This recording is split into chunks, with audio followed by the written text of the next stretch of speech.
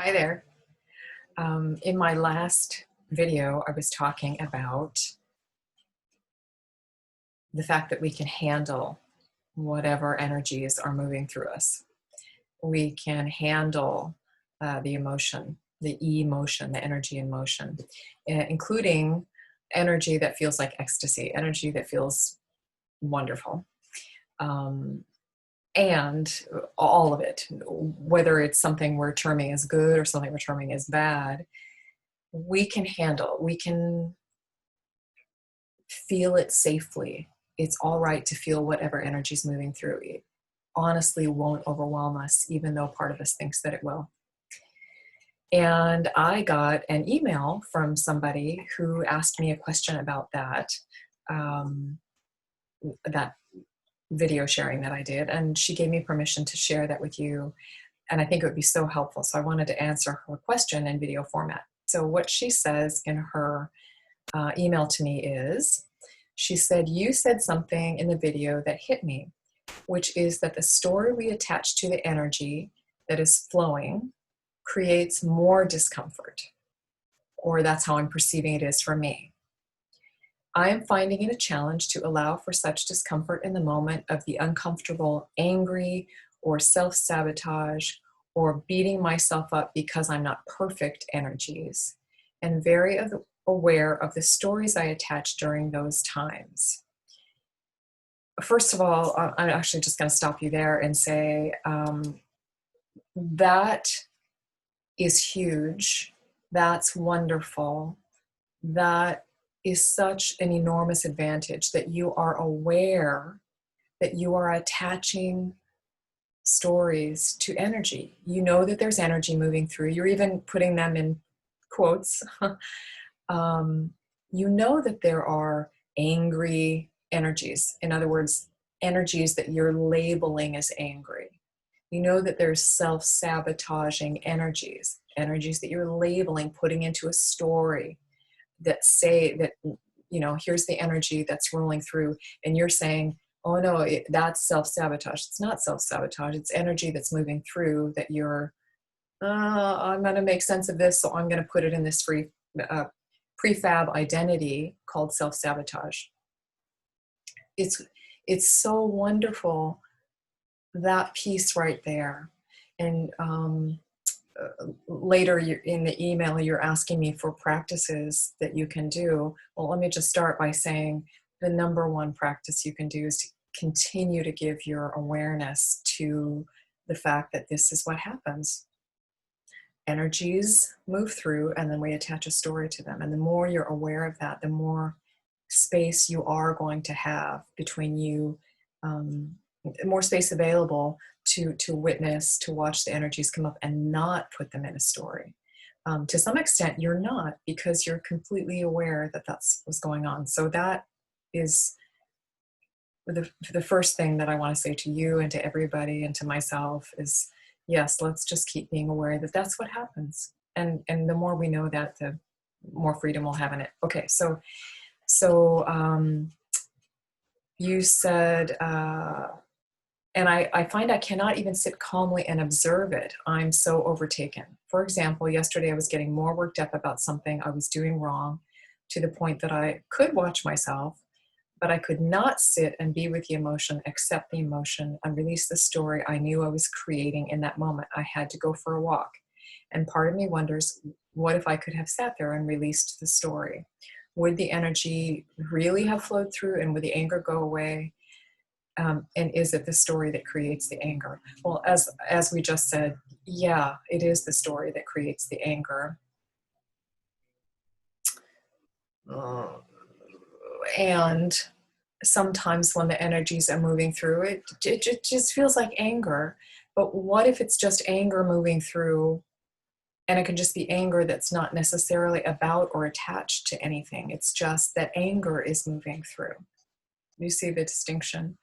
I'm not even positive. I honestly don't know if it's anger or if it's just an energy moving through that we're labeling as anger. But either way, what if that energy can move up and through without us attaching it attaching a personal meaning to it. So is it the anger? Is it the story that creates the anger? We'll say yes for this purpose, and yes, and allow whatever's rolling through, even if some part of you wants to label it as anger, let it move through without putting it back into a story. And you ask, could, would the energy really have moved through? Would the anger be gone? Yes, the energy absolutely would shift. It would dissipate. It's by continuing to take what's flowing through and putting it back into this closed system that keeps it here. What we resist persists. So continuing to put it here does keep it in this identity that wants to keep going. So allowing energy to move without attaching it to a closed system, it can move. And we do know, I think science says something like 90 seconds for a biochemical process of an emotion to express itself when we're actually allowing ourselves to feel it rather than trying to deflect or put it in a story and keep it going or all that stuff. Yes, it would have shifted. Anything that we stop and honestly give awareness to, it has to shift because we've just opened it up. Yes, so I hope that answers that part of the question. And then you said, was there a practice that you had reminded yourself to do when this happens, when you're angry, beating yourself up, or noticing self-sabotage in that moment, where you could be without a story? So in other words, what you're saying is, how do I be present to, how do I do that? How do I sit with the energies rather than go into the story? All right, well, first, as we said, be aware of this whole thing, which you're doing. That's the number one thing. In terms of practical, I mean, I hear you. Practical, what can I do in the moment? Because I completely relate. I've had so many instances where I just feel like the feeling is going to be too much. I've got this pressure building up in me, and I'm just running around the house going, la, la, la, la, I'm not going to, la.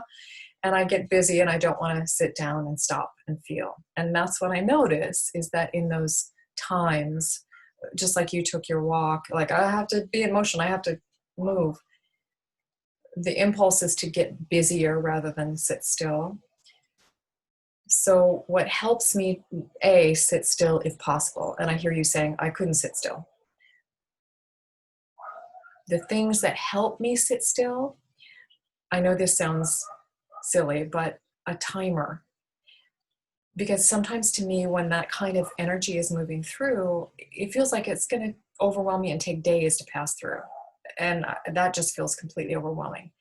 But if I say to myself and say to my sweet brain that's trying to love me by distracting me from this uncomfortable feeling, okay, 5 minutes. I'm just going to set a timer for 5 minutes. So set a timer for 5 minutes. Just say, look, just be with it for 5 minutes, and then we can move on. So that helps. Timer for just a short period of time gives us a container. 5 minutes, if that's all you can handle, 10, whatever. Set whatever time. Sit, it helps me a lot to sit in a position I don't normally sit in. I like to sit on my heels on the floor. You could sit really, really just perched on a chair in the middle of the room. So sit either in a position you don't normally sit in, and or in a part of the room or part of the house you don't normally sit in. Sit in a part of your yard, sit in a new position, sit in a new space with a timer. That helps a lot. Once you're there, what helps is to, and maybe even before there actually, realize that all of the distress is happening from the neck up. It's all the thinking.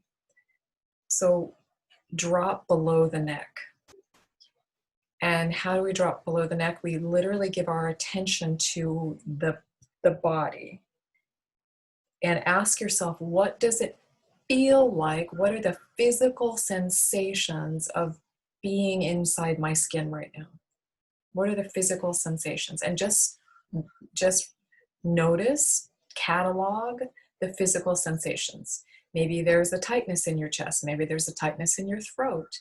Maybe you notice there's a pain in your left hip. Maybe you notice your hands feel really cold. Maybe you notice that you're kind of shaking.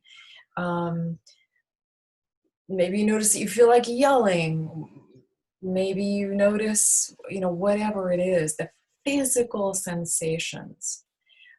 Certainly, if you start with your breath, if you're not really sure and you're just all over the place spinning, you could start with your breath and just don't try to change your breath. Just notice, how fast am I breathing? How deeply am I breathing? What parts of my body does my breathing seem to be happening in? From that place, the breathing can be a bridge into noticing other physical sensations in the body. Noticing the physical sensations is really noticing the energies. That is staying with the energies. So what you can do as practices, continue to cultivate the awareness that the energies are not the story. They're two different things. Stop.